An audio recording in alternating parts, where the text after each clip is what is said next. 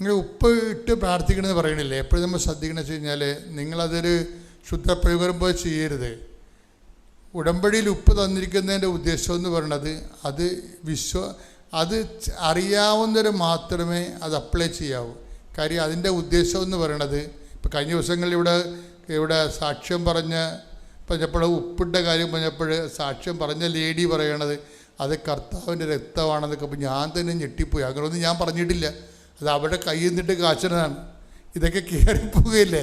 ഇതൊന്നുമല്ല വിഷയം. ഉപ്പ് എന്താ വിഷയമെന്ന് അറിയണം നമ്മൾ. അതെന്താ പ്രശ്നം എന്ന് പറയണത്? ഇതിന് ഈ നോട്ട് ബൈ ഉടമ്പടി വർക്ക് ചെയ്യണത് എങ്ങനെയാണ്? Not by merit but by grace. അതെന്താണ്? അത് എപ്പോഴും ഓർക്കണം. ഉടമ്പടിയുടെ സ്പേസ് എന്ന് പറയണത് നോട്ട് ബൈ മെറിറ്റ്, എൻ്റെ യോഗ്യതയല്ല, അങ്ങയുടെ കൃപയെന്നാണ്. അത് തന്നെയാണ് ഈ ഉപ്പിൻ്റെ പ്രയോഗത്തിൻ്റെ അകത്ത് വരണത്. ഉപ്പിൻ്റെ പ്രയോഗം ബൈബിളിൽ ഉടമ്പടി ഉപ്പെന്നാണ് വിളിക്കുന്നത്. അതിനെ ബൈബിളുള്ളതാണ് ഉടമ്പടി ഉപ്പ്, അല്ലാതെ കൃപാസനത്തിന് വെച്ചിട്ട് തന്നെ അല്ല. ഉടമ്പടി ഉപ്പ് ബൈബിളിലുള്ളതാണ്. പക്ഷെ ഉപ്പ് ഉപയോഗിക്കുന്നത് എപ്പോഴാണ്? അഹ്റോന് അതുപോലെ ലേവ്യ സന്തതികൾക്കും ഇസ്രയേലിൻ്റെ ഭാഗം വെച്ചപ്പോൾ ഓഹരിയില്ല. അപ്പോൾ മോസസ് അഹ്റോനോട് പറയും, ലേവ്യ പുത്രന്മാർ പുരോഹിതന്മാരാണ്, അൾത്താര ശുശ്രൂഷകരാണ്, അവർക്ക് ഇസ്രയേലിൽ ഓഹരിയില്ല. ദൈവമായ കർത്താവായ ദൈവം തന്നെയാണ് അവരുടെ ഓഹരി. അതുകൊണ്ട് ബലിവസ്തുക്കളിൽ ഉപ്പ് തളിച്ചതുകൊണ്ട് അത് ആരും എടുക്കരുത്, അത് ലേവ്യ കുടുംബത്തിലുള്ളതാണെന്ന് പറയും. അതാണ് ഉപ്പ് തളിക്കേണ്ടത് ദൈവത്തിനുള്ളതാണെന്ന്. അതാണ് എൻ്റെ അർത്ഥം. നമ്മൾ ഉപ്പ് കൊണ്ട് തളിച്ചതിൻ്റെ അർത്ഥം എന്താണ്? വിശ്വാസ പ്രമാണം ചൊല്ലിയത് അർത്ഥത്തിൻ്റെ അർത്ഥം എന്താണ്? ഞാനിവിടെ തോറ്റിരിക്കുന്നു, എനിക്കിവിടെ അവകാശമില്ല, എൻ്റെ അവകാശം കർത്താവാണെന്ന്. ശ്രദ്ധിക്കട്ടെ, ഹല്ലേലൂയ. അത് നമ്മൾ അറിയണമെങ്കിൽ, അത് വായിക്കണമെങ്കിൽ സംഖ്യ എടുത്ത്, സംഖ്യ 18, 18, 19, 20 എടുത്ത് ശ്രദ്ധിക്കട്ടെ. Hallelujah, hallelujah, hallelujah, hallelujah. യേശുവേ നന്ദി, ഹല്ലേലൂയ, ഹല്ലേലൂയ, ഹല്ലേലൂയ. യേശുവേ സ്തുതി, ഹല്ലേലൂയ, ഹല്ലേലൂയ, ഹല്ലേലൂയ. യേശുവേ ആരാധന, ആരാധന, ആരാധന, ആരാധന. സംഖ്യ 18:19. ഇസ്രായേൽ ജനം കർത്താവിന് നീരാജനമായി സമർപ്പിക്കുന്ന ഉപ്പ് തളിച്ച് സമർപ്പിക്കുന്ന വിശുദ്ധ കാഴ്ചകളെല്ലാം നിനക്കും പുത്രന്മാർക്കും പുത്രിമാർക്കും ശാശ്വത അവകാശമായി ഞാൻ നൽകുന്നു. കർത്താവിന്റെ സന്നിധിയിൽ നിനക്കും സന്തതികൾക്കും ഇത് എന്നേക്കും നിലനിൽക്കുന്ന അലംഘനീയമായ ഉടമ്പടിയായിരിക്കും. 18-20 വായിച്ചേ. കർത്താവ് അഹറോനോട് അരുളി ചെയ്തു, ഇസ്രായേലിൽ നിനക്ക് ഭൂമി അവകാശമായി ലഭിക്കുകയില്ല. അവരെ പോലെ നിനക്ക് ഓഹരിയും ഉണ്ടായിരിക്കുകയില്ല. ഞാനാണ് നിന്റെ അവകാശവും ഓഹരിയും. ഇതാണ് ഉപ്പ് തളിക്കാനാണ് ഉദ്ദേശിക്കുന്നത്. എന്താണ്? എനിക്ക് ഇതിൻ്റെ അകത്ത് കഴിവില്ല, എനിക്ക് ഇതിൻ്റെ അകത്ത് ഓഹരിയില്ല, എൻ്റെ ഓഹരി എൻ്റെ കർത്താവാണ്. Not by merit but by grace. ഇതാ സംഭവം. സൈന്യത്താലേ അല്ല, ശക്തിയാലേ അല്ല, കർത്താവിൻ്റെ ആത്മാവിനാൽ. മരുന്നോ ലേപനമോ അല്ല, കർത്താവിൻ്റെ വചനമാണ്. കൈയടിക്കട്ടെ, ശ്രദ്ധിക്കട്ടെ. ഹല്ലേലൂയ. യെശയ്യാ 22:22. യെശയ്യാ 22:22. ദാവീദ് ഭവനത്തിന്റെ താക്കോൽ അവന്റെ തോളിൽ ഞാൻ വച്ചു കൊടുക്കും. അവൻ തുറന്നാൽ ആരും അടയ്ക്കുകയോ അവൻ അടച്ചാൽ ആരും തുറക്കുകയോ ഇല്ല. ഇത് ഈശോയ്ക്ക് കിട്ടിയ അധികാരമാണ്, ദാവീദ് ഭവനത്തിന്റെ താക്കോല്. ആ അധികാരമാണ് അമ്മയുടെ മധ്യസ്ഥതയിൽ കൈമാറണത്. അമ്മ അവിടെ കൊണ്ട് ഒപ്പിട്ട് സമയം ആയില്ലെന്ന് പറഞ്ഞാൽ പോലും അമ്മ ഒപ്പിട്ട് കഴിഞ്ഞാൽ ആകാത്ത സമയം ആക്കിയെടുക്കും. എപ്പോഴും എൻ്റെ മക്കളോട് എനിക്ക് ആധിയോടും ഭീതിയോടും കൂടി പറയാനുള്ള കാര്യം, ഞാൻ പറയണത് ഏത് രീതിയിൽ നിങ്ങൾക്ക് മനസ്സിലാവണമെന്ന് എനിക്കറിയത്തില്ല. കാര്യം ഇതിന് ഉടമ്പടിയുടെ ഒരു ജീവിതമുണ്ട്. അത് കുറച്ച് കാര്യം ഉടമ്പടി പ്രകാരം, കുറച്ച് കാര്യം തോന്നിവാസമായിട്ട് എടുക്കുക കഴിഞ്ഞാൽ ഉടമ്പടി ജീവിതം ആകത്തില്ല. ഉടമ്പടി ഫുൾ ആൻഡ് ഫുള്ളായിട്ട് തന്നെ ഉടമ്പടി നിലപാടാണ്. ഉടമ്പടി എന്ന് പറയുന്നത് ഒരു നിലപാടാണ്, ശരിക്കും ഒരു സമീപന രീതിയാണ്. എല്ലാം ഉടമ്പടി പ്രകാരം. അവർ സംസാരിക്കാതെ പോകുന്നത് എന്താണ്? അത് ഉടമ്പടി പ്രകാരമാണ്. കാര്യം അവിടെ സംസാരിക്കേണ്ട കാര്യമില്ല. ആ ദൈവത്തിന് ഏൽപ്പിച്ചിരിക്കുന്ന കാര്യങ്ങളാണ്. നമ്മളിവിടെ മാനുഷികമായിട്ട് സംസാരിക്കേണ്ട കാര്യങ്ങളില്ല. കാര്യം മാനുഷികമായി സംസാരിച്ചു കഴിഞ്ഞാൽ ഉള്ള കുഴപ്പമെന്ന് വെച്ച് കഴിഞ്ഞാൽ അരൂപി ചേഞ്ച് ചെയ്യും. നമ്മുടെ ഒരു ജീവിതം എന്ന് പറഞ്ഞ ഒരു ആത്മീയ ജീവിതമാണ്.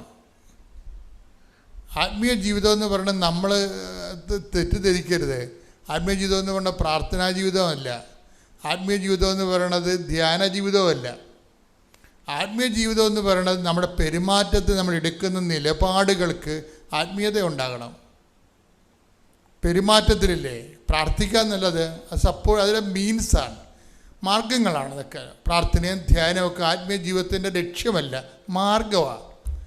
ആരൊക്കെ തെറ്റിദ്ധരിപ്പിച്ച് നമ്മൾ ലക്ഷ്യമാക്കി വെച്ചിട്ടുണ്ട്. ആത്മീയ ജീവിതം എന്ന് പറയുന്നത് ഒരു വ്യക്തി സുവിശേഷ വിഹിതമായ ജീവിതത്തിൻ്റെ കാലാവസ്ഥ ഭേദങ്ങളെ എങ്ങനെയാണ് സുവിശേഷ വിഹിതമായി കൈകാര്യം ചെയ്യുന്നത്, അതാണ് ആത്മീയത.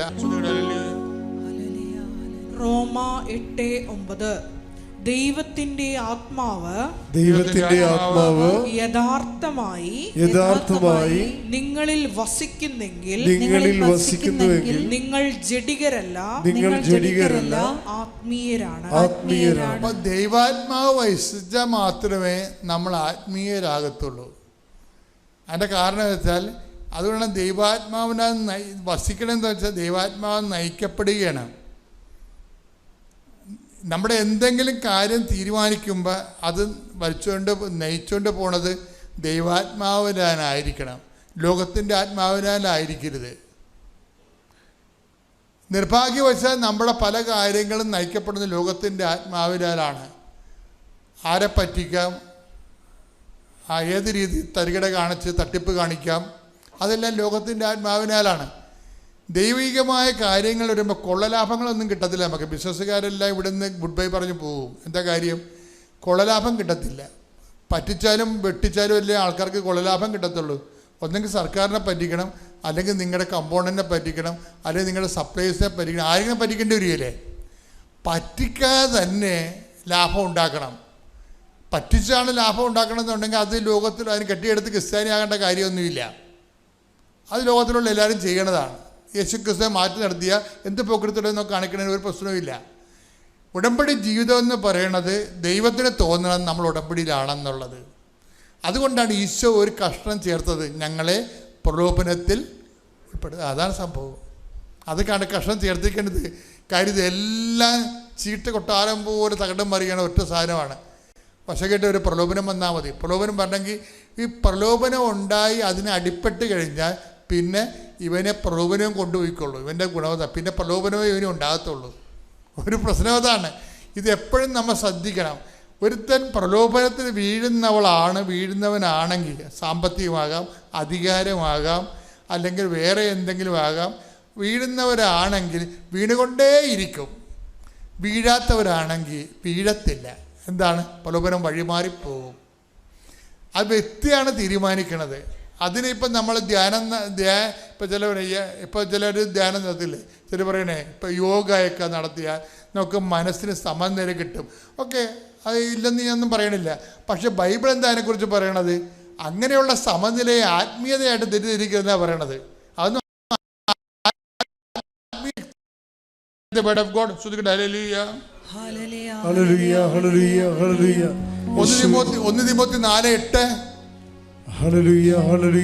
ഹല്ലേലൂയ യേശുവേ സ്തുതി ഹല്ലേലൂയ ഹല്ലേലൂയ ഹല്ലേലൂയ തിമോത്തിയോസ് 4:8 തിമോത്തി 4:8 ശാരീരികമായ പരിശീലനം കൊണ്ട്, ശാരീരികമായ ബ്രീത്തിങ് ഒക്കെ കൊണ്ട് കുറച്ച് പ്രയോജനമുണ്ട്. കുറച്ച് പ്രയോജനമുണ്ട്, കുറച്ച് പ്രയോജനമേ ഉള്ളൂ. എന്നാൽ ആത്മീയത എല്ലാ വിധത്തിലും വിലയുള്ളതാണ്. എന്തുകൊണ്ടെന്നാൽ അത് ഈ ജീവിതത്തെയും വരാനിരിക്കുന്ന ജീവിതത്തെയും സംബന്ധിക്കുന്ന വാഗ്ദാനങ്ങൾ ഉൾക്കൊള്ളുന്നു. വരാനിരിക്കുന്ന ജീവിതത്തെ കണക്കിലെടുക്കാതെ ഒരു ജീവിതം ഉണ്ടെങ്കിൽ അതിനകത്ത് ആത്മീയത ഉണ്ടാകത്തില്ല. വരാനിരിക്കുന്ന ജീവിതത്തെ എന്താണ്? അവിടെ കണക്ക് കൊടുപ്പിക്കലാണ് അവിടുത്തെ മെയിൻ സംഭവം. ഓഡിറ്റിങ് നടക്കുന്നത് അവിടെയാണ്. വരാനിരിക്കുന്ന ജീവിതത്തെ സുവിശേഷവിഹിതമായി ഒരു ഗോസ്പൽ ഓഡിറ്റിങ് നിൻ്റെ ജീവിതം നടത്തി കഴിഞ്ഞാൽ സുവിശേഷവിഹിതമായി ഓഡിറ്റിങ് ഉണ്ടാകുമല്ലോ അവസാനം. ആ ഓഡിറ്റിങ്ങിൻ്റെ സമയത്ത് നമുക്ക് പിടിച്ചിരിക്കാൻ പറ്റുന്നില്ല എന്നുണ്ടെങ്കിൽ നമ്മൾ നയിച്ച ജീവിതം ചിലപ്പോൾ അത് ആത്മീയ ജീവിതമാണെന്ന് പറയാൻ പറ്റത്തില്ല. മിശിഹായ്ക്കും പരിശുദ്ധ കൃപാസന അമ്മയ്ക്കും 1000 നന്ദി പറഞ്ഞുകൊള്ളുന്നു. ജീവനോടെ അമ്മ പ്രത്യക്ഷപ്പെട്ട ഈ അൾത്താരയിൽ എനിക്ക് സാക്ഷ്യം അനുവദിച്ചതിനെ ഓർത്ത് അമ്മയ്ക്കും തിരുക്കുമാരനും 1000 നന്ദി പറഞ്ഞുകൊള്ളുന്നു. അതുപോലെ സാക്ഷ്യം പറയാൻ ഞാൻ അല്പം ലേറ്റായി പോയതിനാൽ അമ്മയോട് ഞാൻ മാപ്പ് ചോദിക്കുന്നു. എൻ്റെ പേര് ലില്ലിക്കുട്ടി, എൻ്റെ ഹസ്ബൻഡിൻ്റെ പേര് ജോസെ. ഞങ്ങൾ ചങ്ങനാശ്ശേരി അതിരൂപതയിലുള്ള ചുങ്കപ്പാറ ലിറ്റിൽ ഫ്ലവർ ചർച്ചിൽ നിന്നും വരുന്നതാണ്.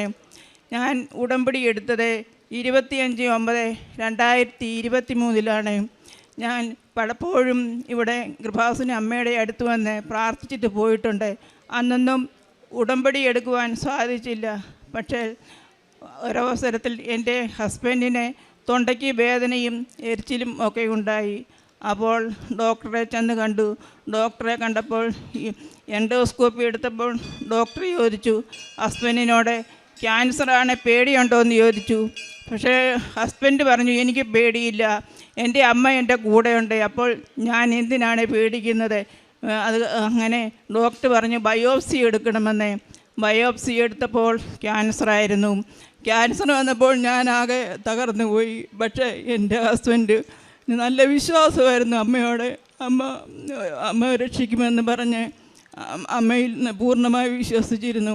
അങ്ങനെ ഞങ്ങൾ റേഡിയോളജിസ്റ്റിൻ്റെ അടുത്ത് പോയി റേഡിയോളജിസ്റ്റിനെ കണ്ടു.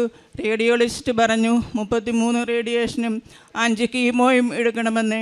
ഡോക്ടർ പറഞ്ഞു 33 റേഡിയേഷൻ എടുക്കാൻ സാധിക്കുമെന്നറിയത്തില്ല, 15 റേഡിയേഷൻ കഴിയുമ്പോഴേ വയറിൽ പെപ്റ്റ്യൂബ് ഇടേണ്ടി വരുമെന്നും ആഹാരം കഴിക്കാൻ ബുദ്ധിമുട്ടുണ്ടാകുമെന്നും പറഞ്ഞു. പക്ഷേ അമ്മയുടെ അനുഗ്രഹത്താൽ 24 റേഡിയേഷൻ കഴിഞ്ഞാണ് പെപ്റ്റ്യൂബ് ഇടേണ്ടി വന്നത്.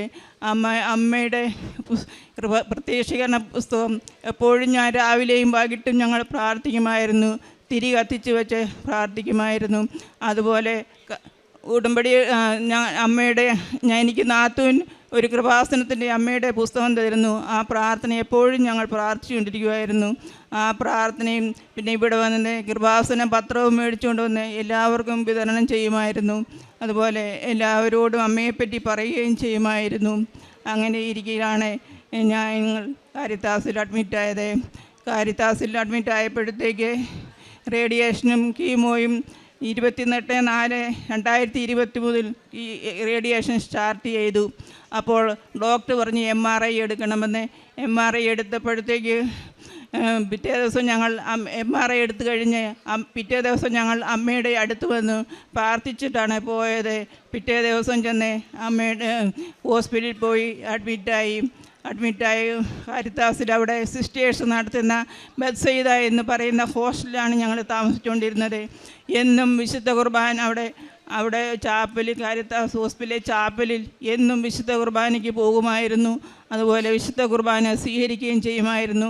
രാവിലെ 5:30 മണിക്ക് എഴുന്നേറ്റ് ഞങ്ങൾ രണ്ടുപേരും കൂടി ഇരുന്ന് പ്രത്യക്ഷീകരണ പ്രാർത്ഥന നടത്തിയിട്ട് പോകുമായിരുന്നു. അങ്ങനെ ഞങ്ങൾ പ്രാർത്ഥിച്ച് 13/6/2023 ഡിസ്ചാർജായി. അത് കഴിഞ്ഞ് ഞങ്ങൾ വീട്ടിൽ വന്നപ്പോഴത്തേക്കും ഇടയ്ക്ക് സംസാരശേഷിയൊക്കെ വളരെ നഷ്ടപ്പെട്ടു. ഒന്നും കഴിക്കാനോ ഒന്നും പറ്റത്തില്ലായിരുന്നു. സംസാരശേഷി പൊതുവെ നഷ്ടപ്പെട്ടിരുന്നു. 2 മാസം കഴിഞ്ഞ് വീട്ടിൽ വന്നെടുത്ത് ഇച്ചിരി സംസാരിക്കുവാൻ തുടങ്ങി. സംസാരിച്ച് കഴിഞ്ഞപ്പോഴത്തേക്ക് ഞങ്ങൾ 2 മാസം കഴിഞ്ഞ് ഇവിടെ ഹോസ്പിറ്റലിൽ വന്ന് ഇച്ചിരി ആഹാരങ്ങളും ഒക്കെ കഴിക്കാൻ തുടങ്ങിയപ്പോഴത്തേക്ക് പെപ്പ് ട്യൂബ് റിമൂവ് ചെയ്തു. പെപ്പ് ട്യൂബ് റിമൂവ് ചെയ്ത് കഴിഞ്ഞ് ഞങ്ങൾ അമ്മയുടെ പിറ്റേ ദിവസം 1 മാസം കൂടെ കഴിഞ്ഞ് ഞങ്ങളിവിടെ അമ്മയുടെ അടുത്ത് വന്ന് ഞങ്ങൾ പ്രാർത്ഥിച്ചു.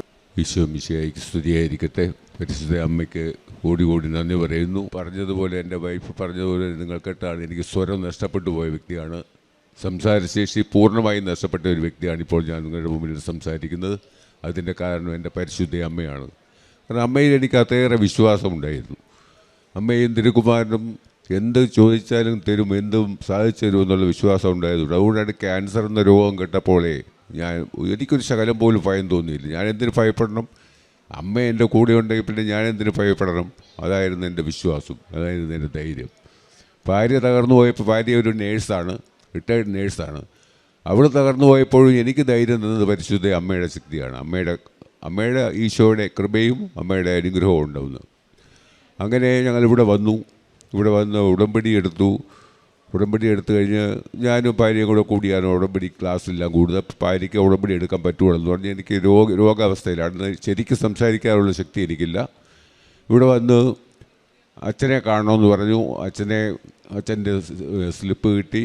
അച്ഛനെ ഇവിടെ വന്ന് കണ്ടു. അച്ഛൻ തലയിൽ കുരിശുരൂപം വെച്ച് പ്രാർത്ഥിക്കുകയും സൈത്ത് വെട്ടി പ്രാർത്ഥിക്കുകയും ചെയ്തു. അതിനുശേഷമാണ് ശരിക്കും സംസാരിക്കാനുള്ള ശക്തി കിട്ടുന്നത്. അതിനുശേഷം എനിക്ക് ഒരുപാട് വ്യത്യാസം വന്നു. അതിന് ഒരു പ്രത്യേക ശക്തി എന്നിൽ വന്നു. നല്ല ഒരു ആരോഗ്യവും നല്ല ഒരു കൃപയും തോന്നി. ഇപ്പോൾ 1.25 വർഷമായി ഈ റേഡിയേഷനൊക്കെ കഴിഞ്ഞ് ഞാൻ വീട്ടിൽ വന്നിട്ട്, റേഡിയേഷൻ മാത്രമല്ല കീമോ ഉണ്ടായിരുന്നു. കീമോ ചെയ്തിട്ട് തന്നെ എൻ്റെ ഒരു രോമം പൊഴിയുകയോ എൻ്റെ ഒരു മുടിയേഴ പോലും എന്നെ പൊഴിഞ്ഞിട്ടില്ല 5 കീമോ ചെയ്തിട്ട്. അത് കഴിഞ്ഞ് നല്ല ആരോഗ്യത്തോട് പോകുന്നു. ഒരു മരുന്നും ഒരു ഗുളിക പോലും ഞാൻ ഇന്നുവരെ എടുത്തിട്ടില്ല ഒരു കാര്യത്തിലും. ഇപ്പോൾ 6 മാസം മുമ്പ് എല്ലാം 3 മാസം കൂടുമ്പോൾ ENT ഡോക്ടർ ടെസ്റ്റ് ചെയ്യും, എൻഡോസ്കോപ്പി ചെയ്ത് നോക്കും. ഈ 6 മാസം മുമ്പ് ആ ഡോക്ടർ പറഞ്ഞത് നാക്കിലെന്തോ ഒരു പ്രശ്നമുണ്ട്, അത് ക്യാൻസർ ആകാനുള്ള സാധ്യതയുണ്ട്. എനിക്ക് നാക്കിലൊരല്പം ബുദ്ധിമുട്ടൊക്കെ തോന്നിയിരുന്നു. പക്ഷേ ഞാനതൊരിക്കലും ഒരു ഡോക്ടറോടും പറഞ്ഞില്ല. ENT ഡോക്ടറെ കണ്ടിട്ടാണ് റേഡിയോളജി ഡോക്ടറെ കാണുന്നത്. റേഡിയോ ഡോക്ടറെ അടുത്ത് ഞാൻ പറഞ്ഞില്ല ഇങ്ങനൊരു പ്രശ്നം എൻ്റെ നാക്കിലുണ്ടെന്ന് നോക്കാവോ ചെക്കുമെന്ന്. എനിക്ക് എൻ്റെ അമ്മയിൽ വിശ്വാസമുണ്ടാണ്. ഇപ്പോഴും ഞാൻ ഒരു കുഴപ്പമില്ലാതെ കൊണ്ടു നടക്കുന്നു, ഒരു മരുന്നും എടുക്കാതെ ഒരു കാര്യമില്ല. കാരണം എൻ്റെ അമ്മ എൻ്റെ കൂടെ ഉണ്ടെങ്കിൽ ഞാനെന്തിനു പേടിക്കണം? എന്ത് കാര്യത്തിന് വിളിച്ചാലും എൻ്റെ അമ്മ എൻ്റെ കൂടെ ഉണ്ട്, എന്നെ സഹായിക്കുന്നുണ്ട്. ആശുപത്രിയിൽ പോയപ്പോൾ തന്നെ സാമ്പത്തികമായി വളരെ ബുദ്ധിമുട്ടായിരുന്നു, പൈസയൊന്നുമില്ലായിരുന്നു. എതിരെവിടെയൊക്കെ പൈസ വന്നതെന്ന് എനിക്ക് തന്നെ അറിയത്തില്ല. ഓരോരുത്തർ രാജസ്ഥാനിൽ നിന്ന് വരെ ആൾക്കാർ വന്ന് എന്നെ കാണാൻ വന്ന് പൈസ കൊണ്ടുത്തരുന്നു. ഇവിടുന്ന് അങ്ങനെ ഇവിടെ സംഭവിക്കും അങ്ങനെ? അത് അമ്മയുടെ പ്രത്യേക കൃപ, അമ്മയുടെ പ്രത്യേക അനുഗ്രഹമല്ലേ? ഇതെല്ലാം ഞാൻ 1000 നന്ദി പറയുകയാണ്. ഈ പ്രതീക്ഷിത പ്രവർത്തനങ്ങളൊക്കെ ഭാര്യ പറയുന്നതായിരിക്കും. ഞങ്ങൾ പത്രം മേടിച്ചു കൊണ്ടുപോയി ഹോസ്പിറ്റലുകളിലും വീടുകളിലും എല്ലായിടത്തും കൊണ്ട് കൊടുക്കുമായിരുന്നു. അവരോട് എൻ്റെ ഭർത്താവിൻ്റെ സാക്ഷ്യം, അസുഖത്തിൻ്റെ കാര്യം പറഞ്ഞ് സുഖപ്പെട്ട കാര്യം, അമ്മ സുഖപ്പെടുത്തിയ കാര്യം ഒക്കെ പറയുമായിരുന്നു. കരുത്താസിലെ ക്യാൻസർ സെൻ്ററിൽ പോയി ക്യാൻസർ പേഷ്യൻറ്റിനോട് എല്ലാം പറയുമായിരുന്നു. നിങ്ങളും അമ്മയുടെ കൃപാസനം, അമ്മയുടെ ആദ്യം ചോദിക്കുമായിരുന്നു നിങ്ങൾ അമ്മയുടെ അടുത്ത് പോയിട്ടുണ്ടോ എന്ന്. അപ്പോൾ അമ്മ പറയും, അപ്പോൾ അവർ പറയും ചിലരൊക്കെ പറയും ഞങ്ങൾ പോയിട്ടുണ്ട്, ചിലർ പറയും പോയിട്ടില്ല എന്ന്. ഞാൻ അപ്പോൾ പറഞ്ഞു കൊടുക്കും, നിങ്ങളെല്ലാവരും അമ്മയുടെ അടുത്ത് പോകണം, അമ്മയുടെ മണ്ണിൽ കാലുകുത്തിയാൽ മതി, നിങ്ങളെല്ലാവരും സുഖപ്പെടും, അമ്മയൊന്ന് പ്രാർത്ഥിച്ചാൽ മതി, അമ്മയൊന്ന് ചെന്ന് കാണേ, അമ്മയൊന്ന് എന്ന് ഞാൻ പറഞ്ഞു കൊടുക്കുമായിരുന്നു. അതുപോലെ ഗവൺമെൻറ് ഹോസ്പിറ്റലുകളിലും ഞങ്ങളുടെ വീടിൻ്റെ പരിസരങ്ങളിലും എല്ലായിടത്തും പ്രേക്ഷിത പത്രങ്ങൾ കൊണ്ട് കൊടുക്കുമായിരുന്നു. അതുപോലെ കാരുണ്യ പ്രവർത്തികൾ ഗവൺമെൻറ് ഹോസ്പിറ്റലിൽ പാവപ്പെട്ട പേഷ്യൻറ്റിനെ കണ്ട് അവർക്ക് വേണ്ട സഹായങ്ങളൊക്കെ ചെയ്യുമായിരുന്നു. എൻ്റെ കണ്ണിനെ ഓപ്പറേഷൻ ചെയ്യണമെന്ന് ഡോക്ടർ പറഞ്ഞായിരുന്നു. എനിക്ക് ഈ കാറ്ററേറ്റിൻ്റെ അസുഖം ഉണ്ടായിരുന്നു. അപ്പോൾ ഡോക്ടർ പറഞ്ഞു ഉടനെ ഓപ്പറേഷൻ ചെയ്യണം, അല്ലെങ്കിൽ കണ്ണ് കാണാൻ പറ്റത്തില്ലായിരിക്കുമെന്ന്. പക്ഷേ ഞാൻ അമ്മയുടെ പരിശുദ്ധ തൈലം ഞാൻ എന്നും എൻ്റെ കണ്ണിന് പുറത്ത് പുരട്ടി പ്രാർത്ഥിക്കുമായിരുന്നു. അങ്ങനെയായി ഇതുവരെ ഒരു കുഴപ്പവും ഉണ്ടായിട്ടില്ല. ഒരു ഓപ്പറേഷൻ ഞാൻ ചെയ്തിട്ടില്ല.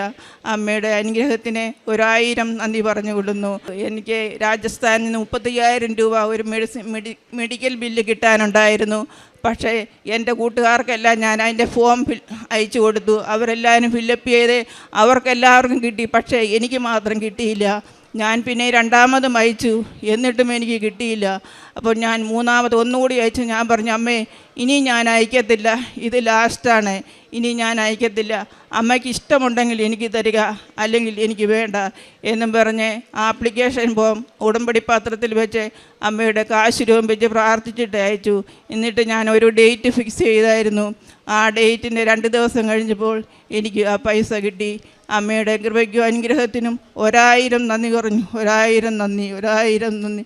അതുപോലെ എൻ്റെ ഹസ്ബൻഡിന് യൂറിന് ഇച്ചിരി പ്രോബ്ലം ഉണ്ടായിരുന്നു, യൂറിൻ പോകാനായിട്ട്. അപ്പോൾ ഒരു ദിവസം മുഴുവനും യൂറിൻ പാസ് ചെയ്തില്ലായിരുന്നു. അപ്പോൾ ഞാൻ അമ്മയോട് കരഞ്ഞ് പ്രാർത്ഥിച്ചു. അമ്മയുടെ തൈലം വയറിൽ പുരട്ടി പ്രാർത്ഥിച്ചിട്ട് വെള്ളത്തിൽ ഉപ്പിട്ട് കൊടുത്തപ്പോഴത്തേക്ക് കുറച്ച് നേരം കഴിഞ്ഞപ്പോഴത്തേക്ക് യൂറിൻ പാസ് ചെയ്തു. അമ്മയുടെ അനുഗ്രഹത്താൽ ചെയ്ത ഒത്തിരി അനുഗ്രഹങ്ങളെ എത്ര പറഞ്ഞാലും മതിയാകത്തില്ല. അതുപോലെ അമ്മ ചെയ്ത അനുഗ്രഹങ്ങൾ കോടാനുകോടി നന്ദി പറഞ്ഞുകൊള്ളുന്നു. യേശുവേ സ്തോത്രം, യേശുവേ നന്ദി. എൻ്റെ പേര് സുമതി. ഞാൻ പള്ളിക്കൽ നിന്ന് നൂർനാട് വരികയാണ്. ഈശോയ്ക്കും മാതാവിനും 1000 നന്ദി. ഞാൻ 2ാമത്തെ സാക്ഷ്യമാണ്. ആദ്യം ഞാനിവിടെ വന്നതായിരുന്നു. എൻ്റെ ചേട്ടൻ്റെ സാക്ഷ്യം പറയാം. അന്ന് ഈ അമ്മയെ കൊണ്ടുവന്നില്ലായിരുന്നു. എൻ്റെ കൂട്ടുകാരിയുടെ അമ്മയാണ്. ക്യാൻസർ രോഗം ബാധിച്ച് തൃശ്ശൂർ കോട്ടയത്തുമായിട്ടായിരുന്നു.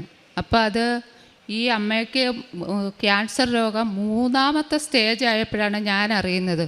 കാരണം 2ാമത്തെ സ്റ്റേജ് കഴിഞ്ഞ് ഇവർ ഓപ്പറേഷൻ വേണമെന്നാണ് പറഞ്ഞത്. ഗർഭപാത്രത്തിന് ഭിത്തിയിലായിട്ടാണ് ഇത് ആയത്. അത് വീണ്ടും വരുമെന്നാണ് ഡോക്ടർ പറഞ്ഞതുകൊണ്ട് ഇവരെ ഞാൻ കാണുകയും എൻ്റെ അടുത്ത് ഞാൻ ഇങ്ങോട്ട് ഉടമ്പടി എടുക്കാം 2ാമത്തെ ഉടമ്പടി പുതുക്കാൻ വന്നപ്പം ബസ്സിൽ വെച്ചാണ് ഈ അമ്മയുടെ മൂത്ത മോള് ചേച്ചി എന്നോട് പറഞ്ഞ്, ചേച്ചി എവിടെ പോവുക? ഞാൻ പറഞ്ഞു, ഞാൻ കൃപാസനത്തിലോട്ട് പോവുക, എനിക്ക് ഉടമ്പടി പുതുക്കാൻ പോവുക. അപ്പം പറഞ്ഞ, ചേച്ചി എൻ്റെ അമ്മയ്ക്ക് ക്യാൻസറാണ്, ഞാൻ ആശുപത്രിയിലോട്ട് പോവുക, അതുകൊണ്ട് എൻ്റെ അമ്മയ്ക്ക് 3ാമത്തെ സ്റ്റേജാണ്. 24-25 കീമോ കഴിഞ്ഞു. ഇന്ന് റേഡിയേഷനും ഇനി 5-6 ആയിട്ടുണ്ട് ചേച്ചി. ഭയങ്കര ഇതാണ്. അപ്പം ഈ അമ്മയെ ആശുപത്രി വെച്ച് ഞാൻ പോയി കാണാനൊന്നും പറ്റിയില്ല. ഞാൻ വീട്ടിൽ തന്നെയാണ് പ്രാർത്ഥിച്ച് ഇവിടെ വന്ന് ഉടമ്പടി എടുത്തു. എല്ലാം പ്രാർത്ഥിച്ചു കഴിഞ്ഞിട്ട് ഇവർ ഉടനെ തന്നെ ഈ അമ്മ കിടക്കുന്നിടത്ത് ഇവിടെ കൃപാസനത്തിൽ വന്ന ഒരു ചേച്ചി, ആ അമ്മ ഈ അമ്മയെ പോയി കാണുകയും ഈ അമ്മയുടെ ഓപ്പറേഷൻ്റെ തലേ ദിവസം ആ ചേച്ചി പറഞ്ഞ് ഉപ്പ്, തൈലം, വെഞ്ചരിച്ച തൈലം ഇതെല്ലാം അമ്മയ്ക്ക് കൊടുത്തു. അമ്മയുടെ നെറ്റി കുരിശ് വരച്ചിട്ട് ഓപ്പറേഷന് കയറ്റിയത്. പക്ഷേ അതിന് മുമ്പ് വരെ അമ്മയ്ക്ക് നല്ല പേടിയുണ്ടായിരുന്നു ഓപ്പറേഷൻ ചെയ്യാൻ. പിന്നെ അമ്മയ്ക്ക് യാതൊരു പേടിയും ഇല്ലായിരുന്നു. പിന്നെ ഉടമ്പടിയിൽ കഴിഞ്ഞ് റേഡിയേഷൻ കഴിഞ്ഞ് വീട്ടിൽ വന്നപ്പോൾ തീരെ കിടപ്പായിരുന്നു. കാരണം എഴുന്നേക്കാനോ ഒന്നും പറ്റില്ല. അപ്പം ഞാനാണ് എൻ്റെ കയ്യിൽ അന്ന് മാലയൊന്നും ഇരിപ്പില്ല. അപ്പം ഞാൻ എന്തോ ചെയ്ത് നൂല് വെച്ചൊരു ഇവിടുത്തെ ഇതേപോലെ ഒരു മാല കെട്ടിയിട്ട് ഈ അമ്മയ്ക്ക് ഒരു കുരിശുരൂപവും വെച്ച് ഇവിടുത്തെ തൈലം, വെഞ്ചരിച്ച തൈലവും പുരട്ടി ഇത് അമ്മയുടെ മോടയിൽ കൊടുത്തു വിട്ടു. എന്നിട്ട് പറഞ്ഞു, ഇത് അമ്മയുടെ കഴുത്തെ കെട്ടണം, അമ്മ എഴുന്നേക്കും, 7 ദിവസത്തിനകം എൻ്റെ അമ്മ എഴുന്നേക്കും, നിനക്കൊരു കുഴപ്പമില്ലെന്ന്. പക്ഷേ 4ാമത്തെ ദിവസം കഴിഞ്ഞപ്പോൾ അവർ വിളിച്ചു പറഞ്ഞു, എടി അമ്മ എഴുന്നേറ്റ് ഇതാ മിറ്റം തൂക്കുന്നു, ചോറ് വെക്കാൻ ഒരുങ്ങുന്നു, എല്ലാ ജോലിയും അമ്മ ചെയ്യുന്നുണ്ട്, ഒരു കുഴപ്പവും ഇല്ല. പിന്നെ അമ്മയ്ക്ക് എല്ലാ അയ്യത്തൊക്കെ പോയി വിറവ് പറക്കും, എല്ലാ ജോലിയും അന്ന് മുതൽ ഇന്ന് വരെയും ചെയ്യും. പക്ഷേ അമ്മ ഈ കീമോ കഴിഞ്ഞപ്പോൾ എല്ലാം തോലുമായിട്ടാണ് ഇരുന്നത്. പിന്നെ ഇപ്പോൾ ഒരു കുഴപ്പമില്ല.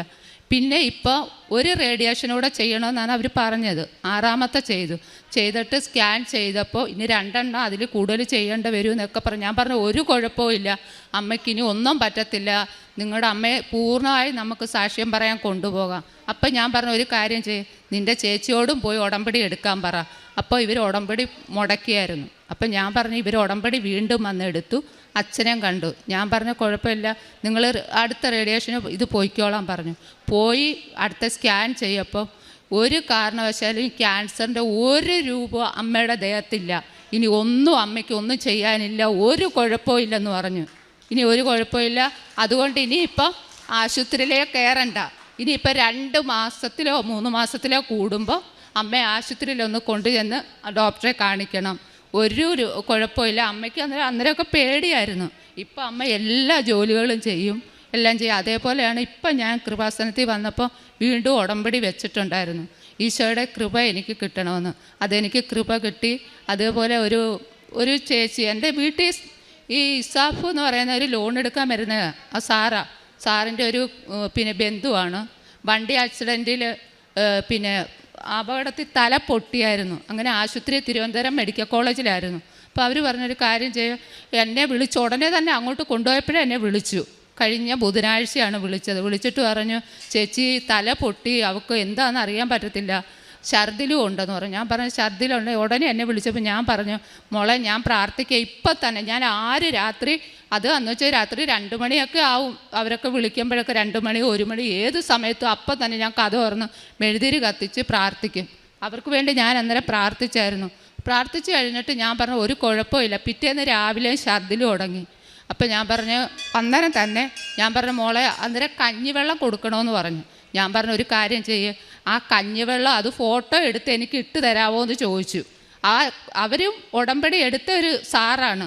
സാറ് പറഞ്ഞു, ഞാൻ വിശ്വാസ പ്രമാണം അവിടെ നിന്ന് ചെല്ലിക്കോ, ഞാൻ ഇവിടെ നിന്ന് ചെല്ലിക്കോളാം, മൊബൈലിൽ തന്നെ അതെനിക്ക് ഫോട്ടോ ഇട്ട് തരിക ചെയ്തു. അപ്പം ഞാൻ അമ്മയുടെ വ്യഞ്ചരിച്ച തൈലവും ഉപ്പും മിക്സ് ചെയ്തിട്ട് ആ മൊബൈലിൻ്റെ പുറത്ത് തന്നെ ഞാനത് വെച്ചിട്ട് മാതാവേ ഈശോയെ ഇതാ ആ മോക്ക് കൊടുക്കാൻ പോവുക. അവിടെ ഛർദ്ദിക്കുമ്പോൾ കണ്ണ് തുറക്കും, പക്ഷേ അത് കഴിഞ്ഞാൽ കണ്ണ് ഫുള്ളടയും, പിന്നെ തുറക്കത്തേ ഇല്ല. അങ്ങനെ ആയപ്പോൾ ഞാൻ പറഞ്ഞു കണ്ണ് തുറക്കും, ഇനി ഛർദ്ദിക്കത്തില്ല എന്ന് പറഞ്ഞാണ് ഞാനത് കൊടുത്തത്. അപ്പോൾ അവിടെ ഞാൻ പറഞ്ഞു, ഞാൻ വിശ്വാസ പ്രമാണം സ്വർഗസ്ഥനായ നന്മ നിറഞ്ഞ ഇതെല്ലാം 7 പ്രാവശ്യം വീതം ചെല്ലിയാണ് ഞാൻ ആ മോക്ക് കൊടുത്തപ്പോൾ ഞാൻ പറഞ്ഞു ഇനി നിങ്ങൾ ആ വെള്ളം മോക്ക് കൊടുക്കാൻ പറഞ്ഞു. പിന്നെ ആ മോള് ഛർദ്ദിച്ചതേ ഇല്ല, ഒരു ശകലം പോലും ഛർദ്ദിച്ചില്ല. പിന്നെ അത് കഴിഞ്ഞിട്ട് ആ മോടെ കണ്ണടയും. ഞാൻ അന്നേരം പറഞ്ഞു, അന്നേരം തന്നെ അവർക്ക് പ്രാർത്ഥനകളെല്ലാം ഇട്ടുകൊടുത്തു, ജപമാലയ്ക്കകത്തുള്ള എല്ലാ പ്രാർത്ഥനകളും ഇട്ടുകൊടുത്തു, വിശ്വാസ പ്രമാണം ചൊല്ലി. ഞാൻ പറഞ്ഞു മോളെ ഞാനിപ്പോൾ അമ്മയുടെ തൈലം അതാണെങ്കിൽ 2 കണ്ണിലും പൂശി കാഞ്ചന എന്ന പേര് പറഞ്ഞ് അവിടെ പേരിൽ എൻ്റെ കണ്ണിൽ അത് ചെയ്തിട്ട് ഞാൻ അന്നേരം തന്നെ മാതാവിനോട് പറഞ്ഞു. പക്ഷേ പിന്നെ കുറങ്ങി തെളിഞ്ഞപ്പോൾ പിന്നെ ഇതുവരെ അവിടെ കണ്ണിന് ഒരടവും പറ്റിയിട്ടില്ല.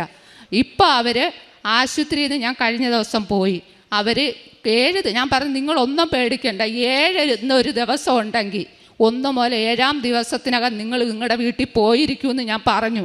പക്ഷേ അവർ കറക്റ്റ് 7-ാമത്തെ ദിവസം തന്നെ അവർക്ക് ഡിസ്ചാർജ് കൊടുത്തു. വൈകിയായതുകൊണ്ട് അവർ പറഞ്ഞ് ഇന്നലെ ബുധനാഴ്ച അവരവരുടെ വീട്ടിലേക്കും പോയി.